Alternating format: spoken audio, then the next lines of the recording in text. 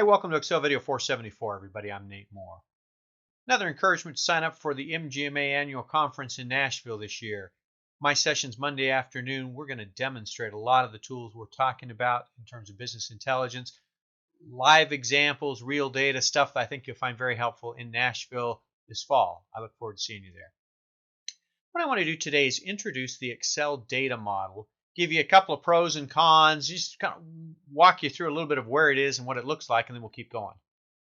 From the PowerPivot tab, once you do the installation we talked about in the last Excel videos, the PowerPivot tab is the key to the Excel data model. So if you click Manage here, what you'll do is you'll open an Excel data model. And the first thing you're going to notice is, man, it looks different than Excel.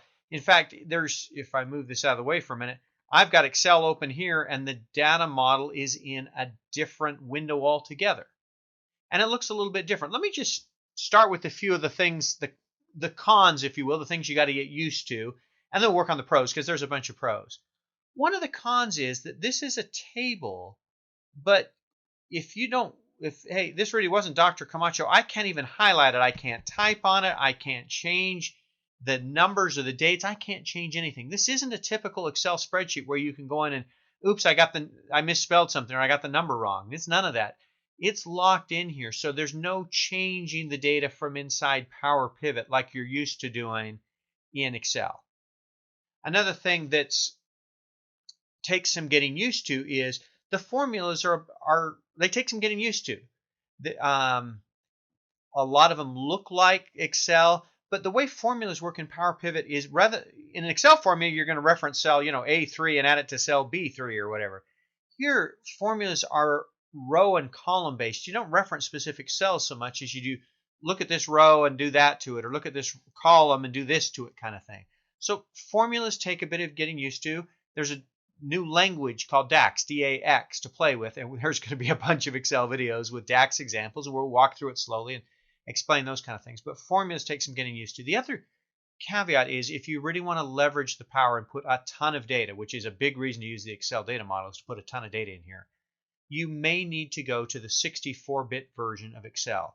Typically, Excel comes in two flavors, if you will, a 32-bit and a 64-bit, and Microsoft will recommend the 32-bit version of Excel because it works with a whole bunch of add-ins and things like that the 64-bit may not work with. To get the real power that we're going to talk about, I have moved myself and clients to the 64-bit version of Excel, at least for the folks that are doing heavy-duty data analysis, because there's some serious pros to using PowerPivot. Those are the cons. Cons are you're not editing cells like you did in Excel. Formulas take a little more work. 64-bit version of Excel. You might call this a pro or a con. It might be in between depending on how you look at it. It's not obvious from Excel that you even have a data model attached. So if you're trying to protect the data a bit and you don't necessarily want your staff in there playing with the data model, it's not obvious where it is or how to get to it, which is a pro.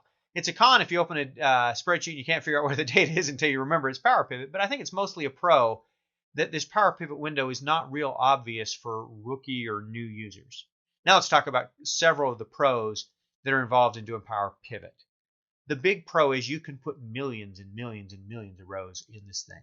You're not limited to the 1 million rows that you get in Excel, and if you put half that many in, Excel slows down. In PowerPivot, especially if you go 64-bit, you can put millions and millions of rows in here and do huge analysis. I've got a group I help that's got 10 years worth of every single charge data in there and every single payment data in there. One of them's 2.5 million rows of data, the other's 4.5 million rows of data, and PowerPivot can handle it. Another advantage of PowerPivot is it's fast. It takes this PowerPivot data model, this Excel data model, and it throws it into memory in the PC. So again, if you've got a 64-bit PC, it's going to be fast because it loads all the data into memory, and the calculations are going to be a lot faster than you would be if you were crawling along with that much data in Excel. So we've talked about the million row limit. We've talked about speed. The file size is smaller too. If you put that much data in, Excel's more efficient in terms of disk space and how it handles that much data.